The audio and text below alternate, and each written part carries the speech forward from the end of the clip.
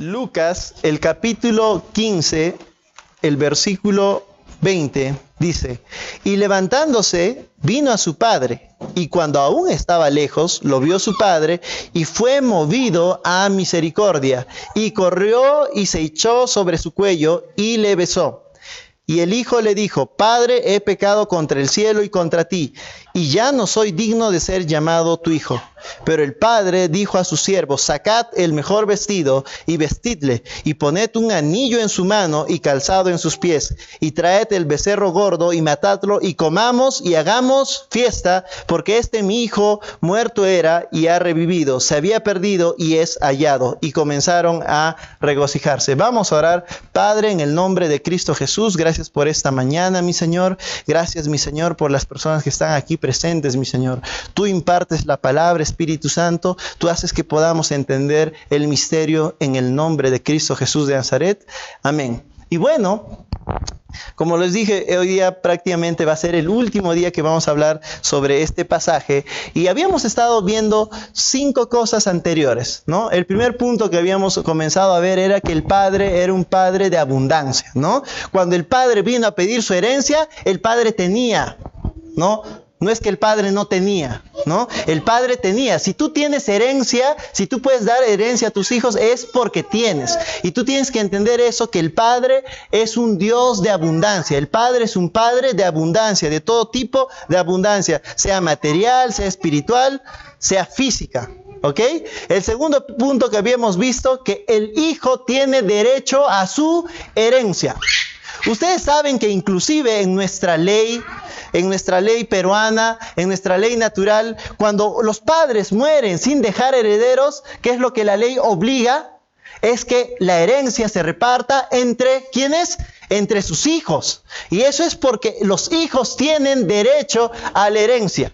Es más, hay una palabra que dice, no es obligación, no es ningún tipo de obligación de los hijos acumular riqueza para los padres, sino es la obligación de los padres acumular riqueza para los hijos. Y es por eso, hay un derecho realmente del creyente, del hijo, para agarrar su herencia de su padre. Y eso es lo que ocurre. Eso es el segundo punto que habíamos visto. El tercer punto que vimos también es que el hijo inmediatamente se fue a vivir perdidamente. Y es que si tú te alejas de Dios, no tienes una opción más que vivir perdidamente, ¿no? Mucha gente cuando empieza a dejar de tener comunión con Dios piensa y dice, bueno, yo vivo bien, no hay ningún problema, yo no vivo mal. Pero tienes que entender que no hay opción más que vivir perdidamente si tú te alejas de Dios. No importa lo que tú pienses. Hay mucha gente que deja de venir a la iglesia y se justifica y dice, bueno, a las finales la relación con Dios no es con un objeto, no es con una casa, no es con un lugar, no es con ese lugar que se llama iglesia. Es una relación personal de un Dios vivo que está en mi corazón. Por eso no voy a la iglesia, muchos dicen eso, ¿no? Pero tú tienes que entender que si tú amas a Dios, debes de asistir a una iglesia porque Dios mismo lo manda. Ustedes han leído esa palabra que dice, no dejando de congregaros como algunos tienen. ¿Por qué? Por costumbre. Unos mal acostumbrados, ¿no? Hay gente que tiene por mala costumbre robar. Hay gente que tiene por mala costumbre hacer daño a otras personas. Es así también hay gente que tiene una mala costumbre de no congregar. Tú tienes que entender que si tú te alejas de Dios, tú no tienes una opción más que vivir perdidamente. Y con eso no estoy diciendo que, pastor, usted quiere que venga a su iglesia nomás. No, congrega en algún lugar, pero congrega. Tienes que congregar, tienes que buscar una iglesia. Y ¿sabes qué? Si tú dices, es que no encuentro una iglesia perfecta, todos son así, todos son asá, entonces, ¿sabes qué cosa? Nunca vas a poder congregar. Porque no existe la iglesia perfecta. Toda la iglesia está llena de hombres y los hombres somos imperfectos, incluido el pastor, por si acaso. ¿Ya? Así que tienes que congregar. No te alejes de Dios. No dejes de leer la Biblia. Mucha gente se da un gran relajo, no les encanta dejar de leer la Biblia y después quieren que Dios les hable. Pero ¿cómo Dios te va a hablar si su voz es la palabra de Dios? ¿Sabías eso? Juan dice, tu palabra es verdad. El verbo se hizo carne. Dios, Jesús mismo, es la palabra de Dios. Eso es lo que tú tienes que entender. El cuarto punto que habíamos visto es acerca de que vivir perdidamente, es decir, sinónimo de alejado de Dios, no tiene un final feliz. No hay opción para un final feliz. No hay opción para que realmente tú, al terminar tu vida, después de vivir una vida alejada de Dios, puedas vivir felizmente. Eso es imposible. ¿Por qué? Porque solamente tienes una opción, la cual es vivir en destrucción. Y esa es la verdad. Este muchacho, este joven se alejó de Dios. Se alejó de su padre. Vivió perdidamente y adivinen qué. No dice que murió feliz y contento con muchos hijos, con su esposa ahí feliz, abrazado en la cama, contento en la vejez. No. Dice que estaba inmediatamente, prácticamente, empezó a vivir en pobreza, en destrucción. No sabía qué hacer, estaba desesperado, el estrés. No había esperanza para su vida. Y eso es lo que ocurre. Si tú te alejas de Dios, no tienes una opción más que vivir en destrucción. Si no vives en la bendición de Dios, vas a vivir pues en el temor de Satanás. Por eso la palabra de Dios dice, nadie puede servir a dos dioses, por si acaso. No se engañen, nadie puede servir a dos dioses o a dos señores. O bien sirves a uno y dejas de servir al otro. Si no estás sirviendo a Dios, adivinen a quién estás sirviendo. A Satanás. No, pero yo no creo en Satanás. No importa que no lo creas. No importa que no lo creas. Es como mucha gente, ¿no? Yo no creo en el infierno. No importa. Cuando mueras, te vas a dar cuenta que existe. Pero cuando lo veas, ¿no? Es como decir, ¿no? Yo no veo la gravedad. Pero ¿cuántos saben que así tú creas o no creas en la gravedad, funciona? Claro que funciona. Imagínense los niños pequeños, los bebitos, ¿no? Ellos no creen en gravedad. Es más, no entienden acerca de gravedad. Pero les apuesto que si se van a la ventana y se tiran aquí, no se van a ir volando al cielo. O la gravedad, no, él no sabe qué es gravedad, ¿no? Aunque no sepan, la gravedad está ahí. Funciona, aunque no lo crean. Es igual. Es igual. Y eso es lo que tú tienes que entender. El quinto punto, vimos acerca de el volver en sí. ¿Qué es volver en sí? Arrepentirse. Y había explicado que el arrepentirse no es simplemente reconocer que has hecho mal. No es simplemente pedirse perdón. Es también reconocer que uno está mal e involucrarse en el cambio.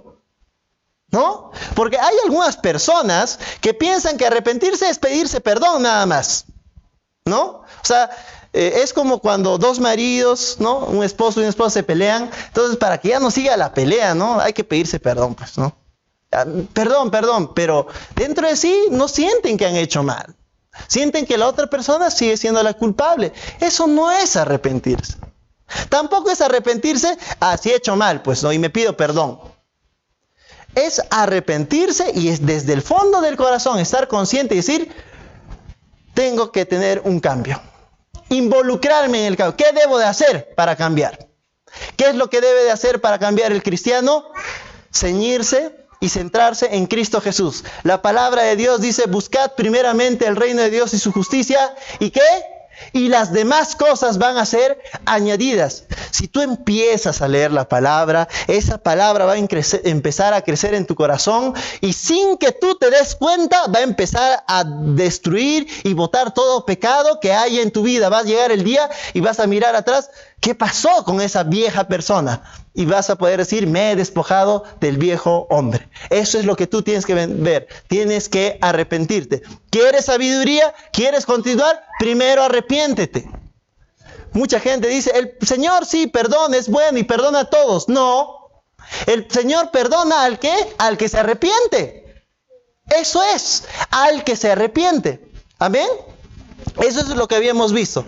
Y el sexto punto, que es el final, que es donde empezamos, ¿no? Este joven se fue y empezó a acercarse a su padre.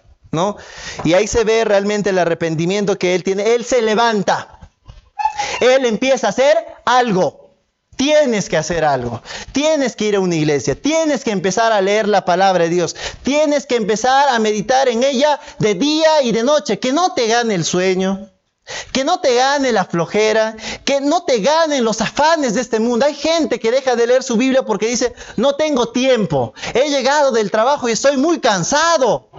Ya no puedo más, no le lee la palabra. Pero para otras cosas sí tienen tiempo. Lee la palabra de Dios. La palabra de Dios dice, bienaventurado el varón que se deleita en mi ley de día. De noche tal vez. No, de día y de noche. Todos los días, a cada momento que tú tienes oportunidad, tienes que estar meditando la palabra de Dios. Y a pesar que tú veas que no pasa nada, tú no vas a entender, pero la palabra está creciendo en tu corazón. Él hizo algo. Este muchacho realmente se levantó de muy mañana y empezó a ir y dirigirse a su padre.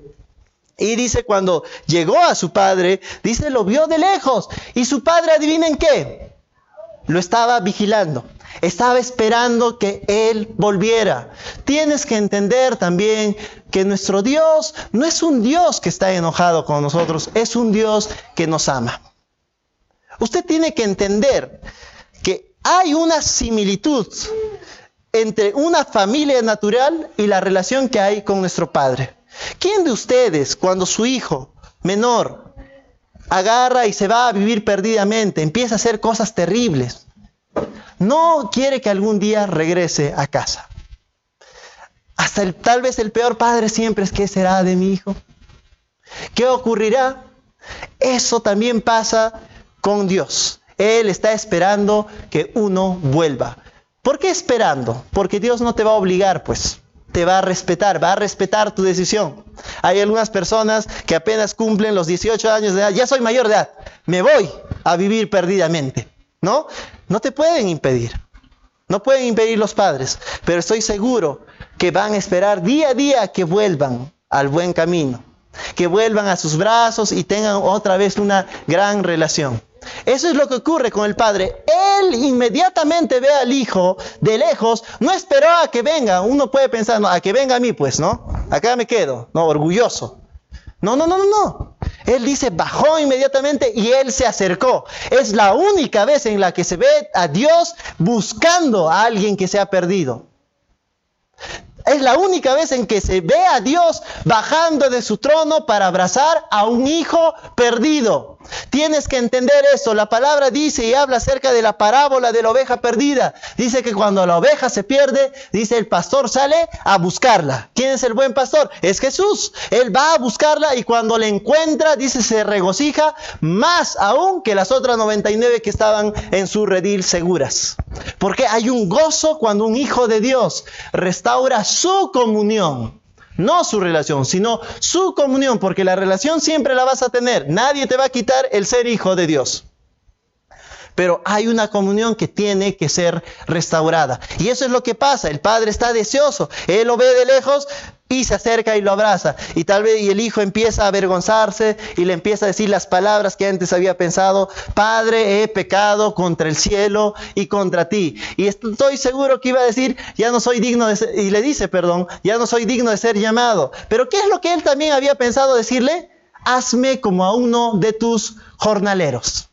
Pero antes que diga esa palabra, el Señor lo corta, el Padre lo corta. ¿Y saben lo que hace? ¿Qué es lo que dice la palabra de Dios? Dice, pero el Padre dijo a sus siervos, antes que diga, hazme como a uno de tus jornaleros, hazme como a uno de los más bajos de tu casa. ¿Por qué?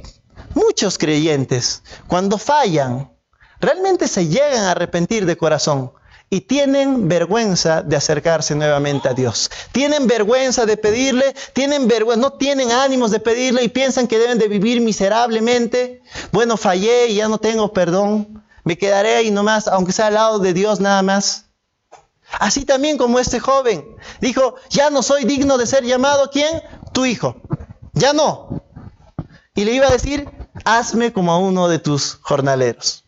¿Y sabes qué? El padre lo interrumpe y lo que hace es, maleducadamente, por así decirlo, dice, llama a sus siervos y les dice, sacad el mejor vestido.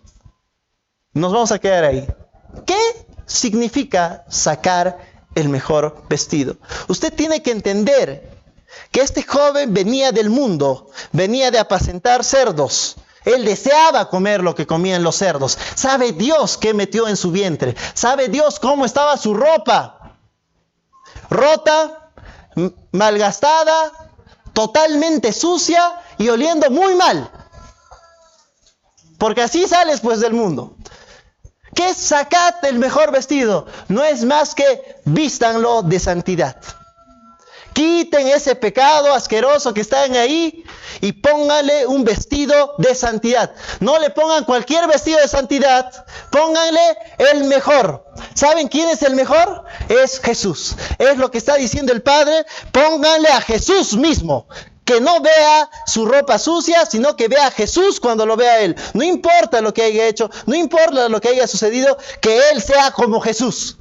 No depende de ti, sino depende del Padre. Eso es lo que Él hizo. Vístanle de santidad inmediatamente. Que no se sienta avergonzado, que no se sienta sucio, sino que se llene de santidad. Que sea vestido de esa santidad. Me imagino que Él, ¿qué? ¿Cómo es posible? Porque yo tengo que cargar un tiempecito, ¿no? Con esta mugre. No. Inmediatamente, sacate el mejor vestido, no el peor. No dijo, pónganle la santidad de Abraham, pónganle la santidad de Moisés, pónganle la santidad ¿de quién más? De José. No, pónganle la de Jesús. Tampoco dijo, pónganle la santidad del pastor, por si acaso, ni de tu amigo, ni de Kenneth Copeland, sino pónganle la de Jesús, la mejor que haya. ¿Saben qué? Es el mejor vestido, es Jesús. No hay más que Jesús. Es lo mejor que hay, va a haber y habrá. No existe. ¿Saben por qué? No va a haber mejor que Jesús, porque la palabra de Dios dice en Apocalipsis que cuando estuvieron buscando a alguien digno, dice, buscaron debajo del cielo, en la tierra, debajo de la tierra y hasta en el mismo cielo. Y no se encontró. Es decir, Dios buscó en el infierno, en la tierra, en el cielo. No hay. En el pasado tampoco. Presente tampoco. Futuro no. Y dice, Juan lloraba mucho y en eso le dijeron, no llores. He aquí el Cordero ha vencido. Y ahí salió Jesús. Es el mejor vestido. Esa santidad misma de Cristo Jesús, tú la tienes. Cuando Dios te mira a ti, no te mira como a ti, te mira como a Jesús. Me imagino cuando Satanás va a acusarte, miren qué es lo que ha hecho, mira lo que yo no veo nada, veo solamente a Jesús, el mejor vestido. Amén. Amén. El segundo punto que tú vas a ver, y yo quiero que empieces a entender, es que le dice,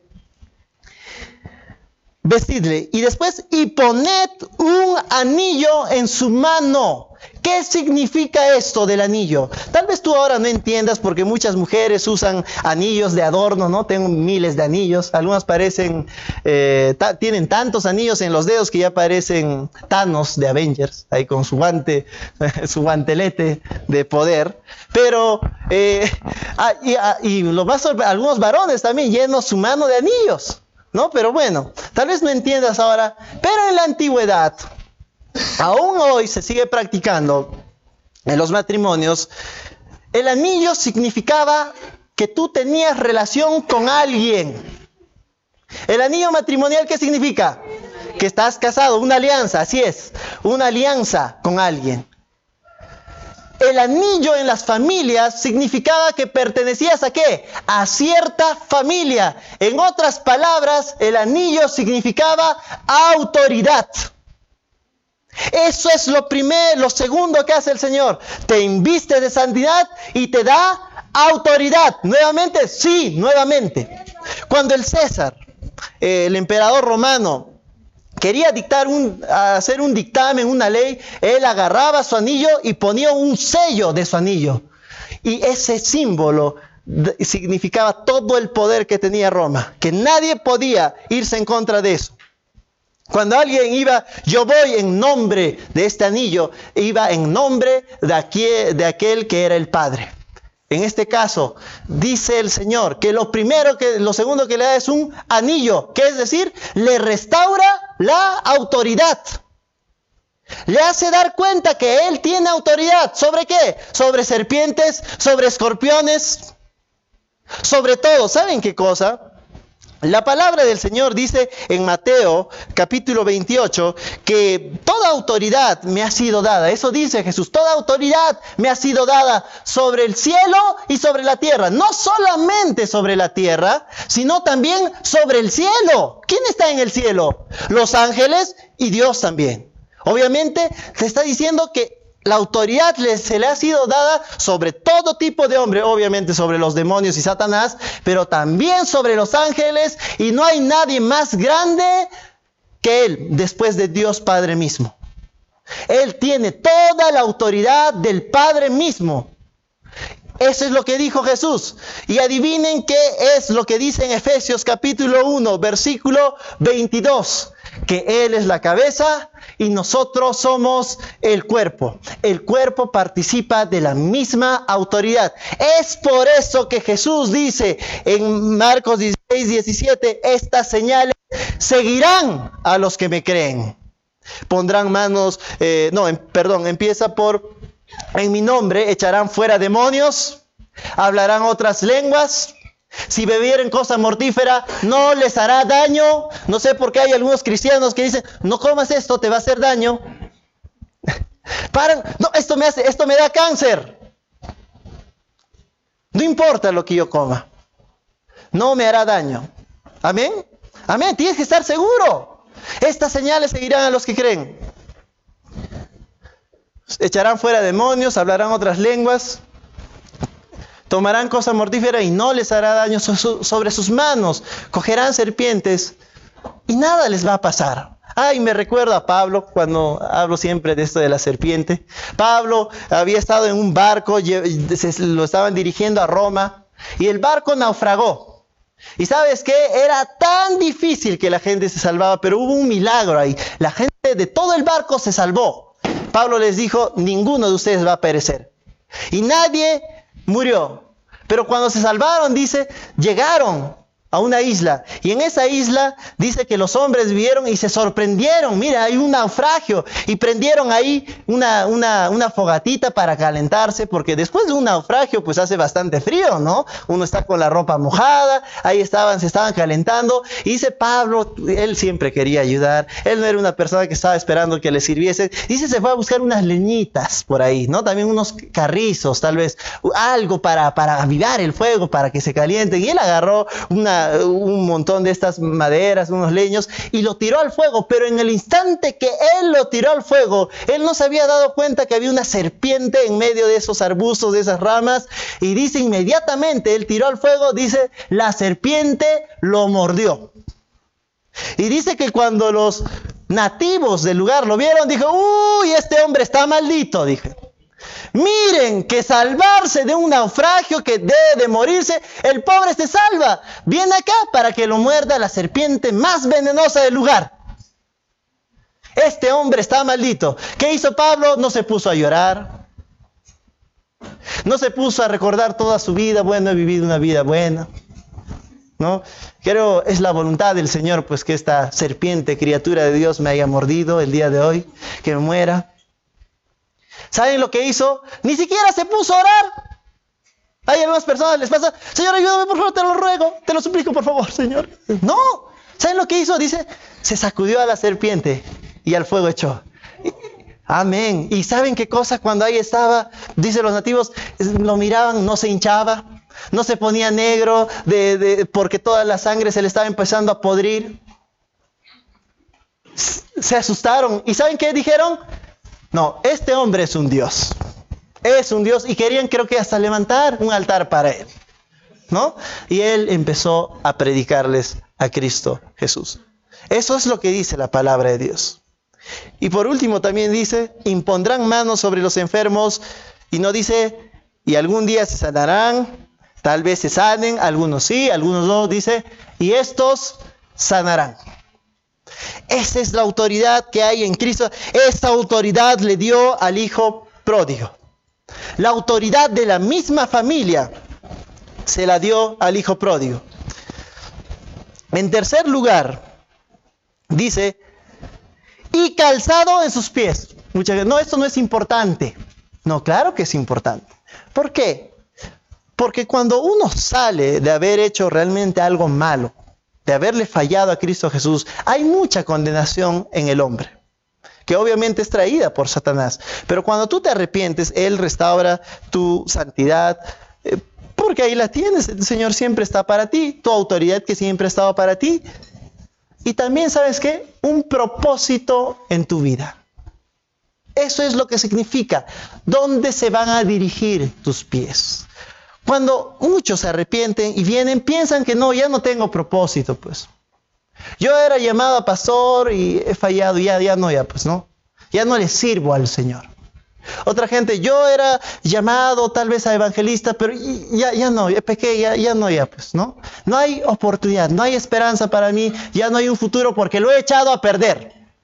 Y eso es cierto. Satanás viene a hurtar, matar y destruir tus sueños, e inclusive tratar de arrebatarte lo que tienes en el llamado.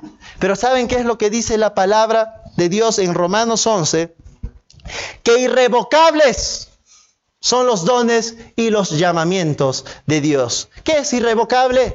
Que nunca te lo van a poder arrancar.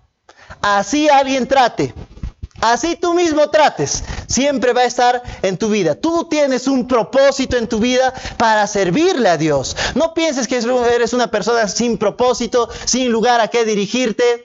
Bueno, yo soy una persona que no tiene rumbo, ¿no? No tengo rumbo ni a derecha, ni tú tienes un camino trazado por Dios, un gran plan para Dios. Y tienes que entender eso, que tú lo tienes que tomar por fe. Ponte esas sandalias, ponte esos zapatos que el Señor te da. Tienes un propósito. Esto me hace recordar que había un predicador que había ido a un pueblo y él estaba acostumbrado, dice, a predicar a miles de personas, ¿no? Ustedes saben cómo son las campañas evangelísticas. Y aquel día, dice, él estaba triste. Digo, ha sido un fracaso, dijo. Porque habían ido unos cuantos y entre ellos había recibido un muchachito de pelo rojo ahí a Cristo Jesús y él decía que era un fracaso. Pero ¿saben quién era ese muchachito? Billy Graham, un gran predicador. Hay un propósito para ti. No importa que la gente diga que no tienes propósito, tú no sirves para nada, tienes un propósito.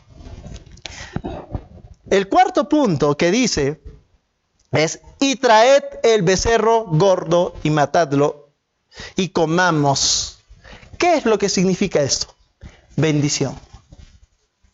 Fíjense, este joven había tirado al tacho su herencia misma dada por Dios, dada por el Padre. Pero inmediatamente vino, ¿qué hace? Toma otra vez, bendecido.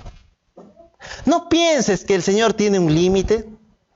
No pienses que el Señor ya no te puede bendecir más. No pienses que el Señor ya no te puede volver a sanar. No pienses esto. Él saca al becerro más gordo. No dijo, saquen al desnutrido, al enfermo. No, ese becerro ya no sirve, pues, ¿no? Hay que ahorrarnos, ¿no? Al becerro gordo, al que tiene más carne. Saquen la mayor bendición para él. Que la tome nuevamente, que tome su sanidad, que tome su herencia nueva.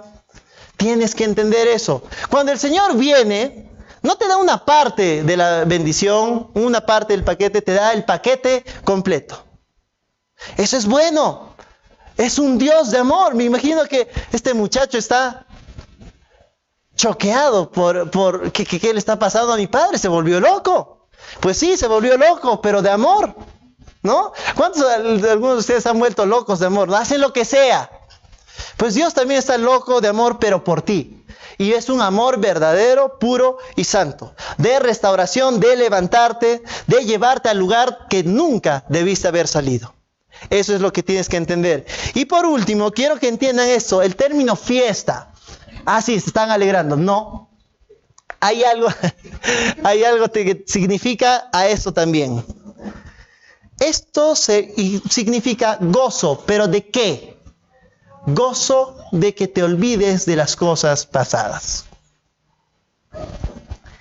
La palabra de Dios dice en Isaías 43, acompáñenme, con esto vamos a terminar, por favor.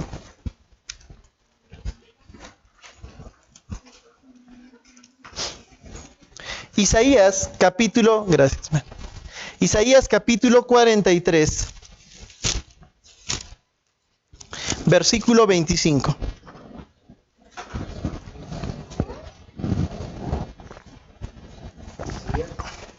Isaías capítulo 43, versículo 25. Yo, dice, yo soy el que borro tus rebeliones por amor de mí mismo, y no me acordaré de tus pecados. Hermano, si tú te has arrepentido, ¿qué haces recordándote de lo mal que has hecho? Yo recuerdo una vez que hasta hace muy poco, siempre me venía a memoria algo que había hecho mal. Y yo dije, ¿cómo he podido hacer esto, mi Dios? Y me ponía triste, ¿no? ¿Cómo quisiera cambiar esto? Tener una máquina del tiempo, retroceder y cambiar esto malo que hice. ¿Ya? No les digo el pecado porque ya ni me acuerdo. Ya, por si acaso. Y entonces yo estaba así, cada cierto tiempo me recordaba y me ponía triste. Y el Señor me mostró este pasaje y entendí. Y me dijo, todo está bien. ¿Qué haces recordándote? ¿Qué haces entristeciéndote? Gózate y haz fiesta, porque en el Señor hay un perdón, pero verdadero, en el cual se olvida. Amén. No como esas personas, te perdono, pero nunca olvido. ¿No? Esos matrimonios que se han fallado y perdón, pero también te voy a perdonar. Pero a cada pelea le están recordando. ¿Te recuerdas? ¿Te recuerda? El Señor no es así. Él de verdad se olvida. Y para esto Él tiene una pésima memoria. Se olvida. Él borra tus rebeliones. Él se olvida. No tienes por qué entristecerse. Pero ha sido muy feo, pastor. No me importa. Él las borró y Él se olvidó. Eso es lo que le dijo al muchacho. Empieza a gozarte, pero acabo de fallar. No importa. Yo ya me olvidé de esto. Tienes que entender estas cosas. El Señor es un Dios de amor. El Señor es un Dios de perdón. Tienes que acercarte a Él, tienes que arrepentirte y Él realmente te restaurará completamente. No es que vas a perder la salvación. Hay mucha gente creyente que ha recibido a Cristo Jesús, falla y dice, ay, me voy ahora al infierno. No, mi amigo, te estás confundiendo. Yo no estoy hablando aquí de perder la salvación, sino de restaurar una comunión con Dios. De restaurar tu bendición, tu autoridad, tu propósito, de restaurar también tu bendición económica, tu bendición física, tu bendición. ¿Saben qué? Si tú a causa del pecado tal vez has perdido todo lo que tenías, no te preocupes, el Señor te puede volver a dar. Si te arrepientes, si has perdido a tus hijos, de repente has perdido un hijo, porque a veces uno hace cosas malas. No te preocupes, el Señor te puede dar el doble de hijos, pero ya estoy muy avanzado, no importa. Igual que Sara, darás a luz.